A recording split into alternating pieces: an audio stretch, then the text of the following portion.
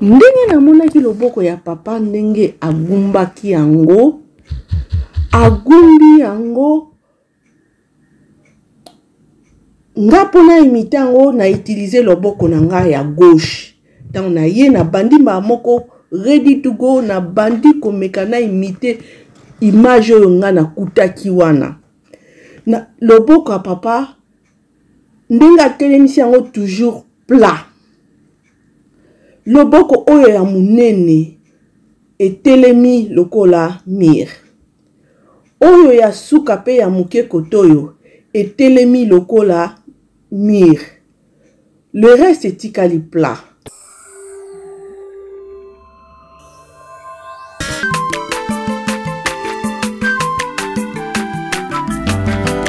Mwana moto te po akosangai abongwani pete po awangana Nzambe ya le Nazarien, le Nazarien, le Nazarien, le Nazarien. Bana kitoko koma mokondima atako babakolaki mafuta na mosakolima lelo ya yo bolingo ebateli le Nazareth lipamboli oyo monana katempeni mama kandelobi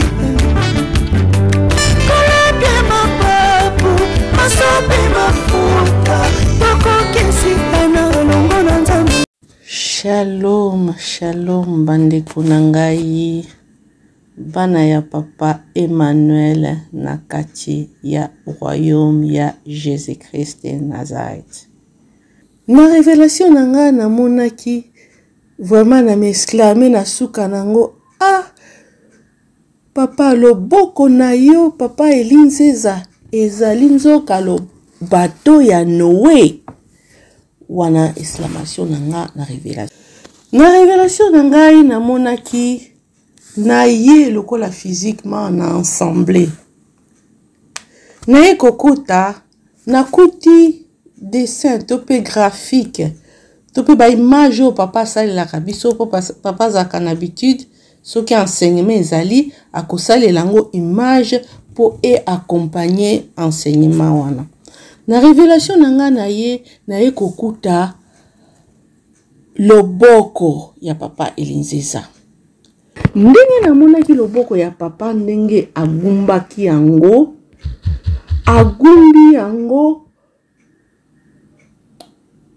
nga pona imite yango na utiliser loboko na nga ya gauche. Tant na ye na bandi ma moko ready to go na bandi komeka na imite image oyo nga na kutaki wana. Na loboko ya papa ndenge atelemisi yango toujours plat. Loboko oyo ya munene etelemi lokola mir. Oyo ya suka pe ya muke kotoyo etelemi lokola mir. Le reste etikali plat. Oyo misato etikali wana na katikati eza lokola mulai moko. Siko na suka egumbami yango nyonso nzela moko etelemi lokola mir.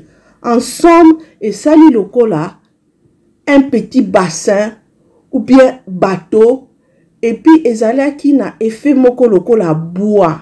Nazo mona ngo lokola loboko image moko ya kala lokola bois lokola grise boye ndenge nazo monela image yango. Sikoyo ndenge façon papa agumbaki yango mutu akoki kogumba loboko na ye boye te. Siko ngata nazo mekana papa pe tozaki na bandeko mena kangi elongi to na reconnaître elongi ya mutu moko te. Tant na bandi komeka papa ye kotala loboko na ngande naza komeka siko alakisi ngandenge nini nakoki kogumba musapi oya suka po etelema lokola mir alors que le reste est lali. Siko tanga edenga ya pousse ba ebisinga voilà yango yo. Kembo na Yesu nde esika na yaki pe kobima na ndoto na ekobima na maloba. Ah papa loboko na yo ezalaka nzoka bateau ya Noé. Nga nazo mekana na loboko oyo ya gauche po na imiter image oyo nga na mona ki fallait na utiliser loboko na nga ya gauche. Kembo na Yesu. Tango na lamuki nga mona tali loboko na nga oyo ya mutu. Na loboko na monaki ya papa Elinzeza wana loboko ya Nzambe ekeseni kembo na Yesu. Bandeko na ngai Nzambe aza kolakisa biso ba témoignage nyonso oyo ya minene poto yebaki papa Elinzeza azali na nature ya moto lokola biso te kasi azali Nzambe oyo akiti na mabele po aye nde kosalisa biso aye ko sauver na kombo na Yesu. Nzambe aza malamu. Eloko nga na kobakisa na bandeko na biso ba Congolais boyo baza na ba méfiance boyo baza ko se permettre ko critiquer notre papa les dons de Dieu. Vraiment parce que ba témoignage biso tozomona bino bomoni yango te. Makambo viso tozo vivre bozo vivre yango te. Epai na biso papa Emmanuel David Elinzeza aza komi bomba lisusu te. Ami lakisaka penza azali na nature homme physique et homme spirituel. Na koki koyebisa bino na koza na 5 dossiers na sola na papa, 2 dossiers na sololi na ye physique, 3 dossiers na sololi na ye spirituel nyonso na koya kozwa réponse na yango epai na ye na munoko na ye kembo na Yesu. Vraiment Nzambe aza malamu po akiti aikobikisa biso. Bandeko na ngai posa ya Nzambe ezali Congolais nyonso abika. Yango wana Nzambe aza ko utiliser même des grands moyens. A komi ko utiliser le grand moyen pona kaka kosimba mitema ya bana na ye, bane Congo, ba Congolais, Israël na ye. Tozomona Nzambe aza ko utiliser même bana mike mwana na biso Josiel. Je crois alimbisanga kokoza na 10 ou 11 ans. Tango ça qui témoignage peut-être azali qui plus jeune.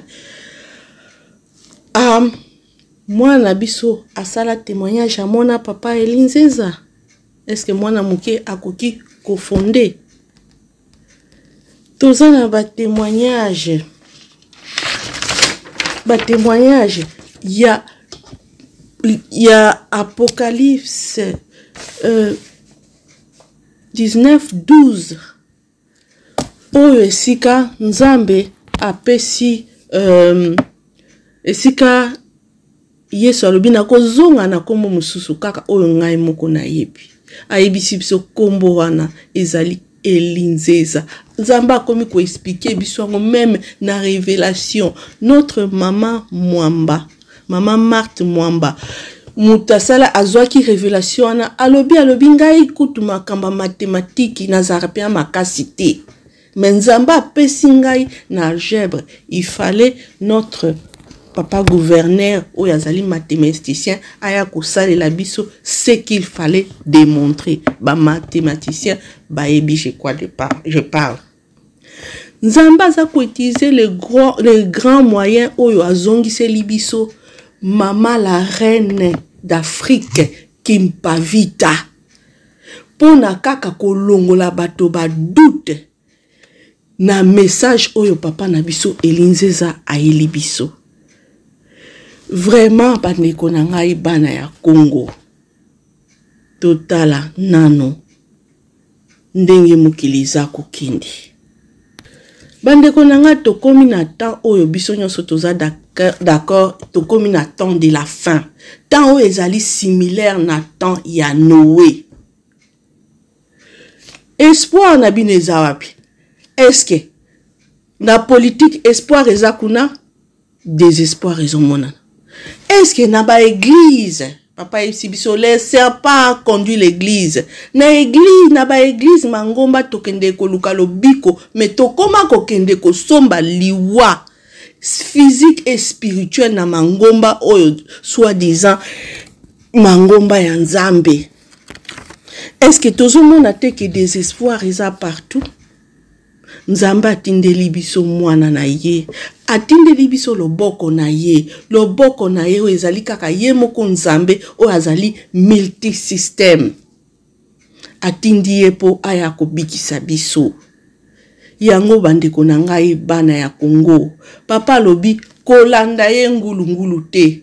Alobi Yesu oyo ondimelaka pona ba oyo message ezali pona ba oyo balingaka Yesu dans la vérité. Yesu oyo ondimelaka. Méditez, concentrez-vous, sachez que Jésus-Christ est avec vous. Fukamela Yesu tunaye. Est-ce que papa Elinzeza azali na la vérité? Est-ce que papa Elinzeza il est venu réellement na kombo na yo Yesu? Est-ce que azali envoyé na yo? Est-ce que azali messager na yo? Est-ce que ozali na kati na ye?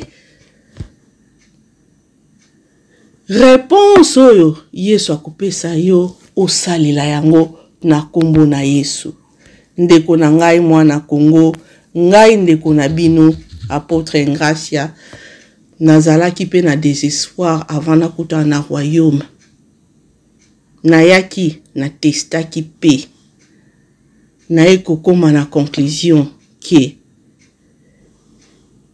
message oyo papa elibiso ezali la vérité. Nzambe ye moko aye kosukisa makambo parce que mutu moko akoki kosala yango azali te. Nzambe ayebisi biso Elinzeza est le même et le seul Jésus-Christ de Nazareth. Oyo aye na mabele pona kobikisa biso. En tout cas, na tsengi na bino boyamba liloba oyo.